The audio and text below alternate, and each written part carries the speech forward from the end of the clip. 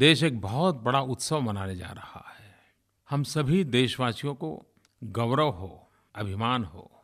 आने वाले 26 से 29 अक्टूबर भारत की राजधानी नई दिल्ली में इंडिया अफ्रीका फोरम समिट का आयोजन हो रहा है। भारत की धरती पर पहली बार इतने बड़े स्केल पर आयोजन हो रहा है। 54 अफ्रीकी देशों और यूनियनों के लीडर्स को आमंत्रित किया गया है।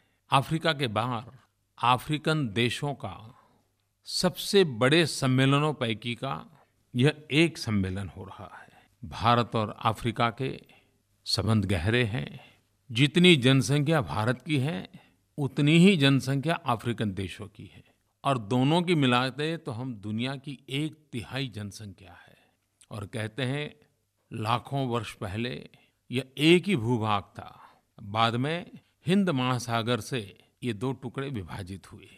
हमारे बीच बहुत साम्यताएं हैं। भारत की जीव सृष्टि, अफ्रीका की जीव सृष्टि बहुत प्रकार से मिलती-जुलती है।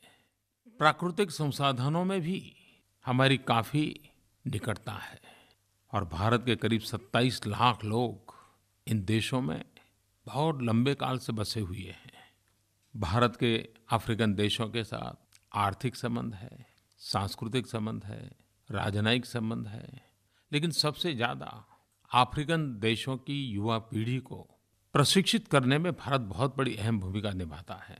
Human resource development, capacity building, 25,000 से ज़्यादा अफ्रीकन स्टूडेंट्स भारत में पढ़े हैं और आज अफ्रीका के कई देश के नेता हैं भारत में पढ़ करके गए हैं।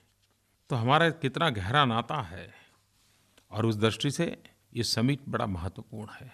आमतौर पर जब समिट होती है तब भिन्न-भिन्न देशों के मुखिया मिलते हैं। ये बात सही है कि समिट में मुखियाओं की मीटिंग होने वाली है, लेकिन हमारी कोशिश है कि ये जनता का भी मिलन होना चाहिए। और इस बार भारत सरकार ने, खास करके एचआरडी मिनिस्ट्री ने एक बड़ा ही अच्छा कार्यक्रम किया।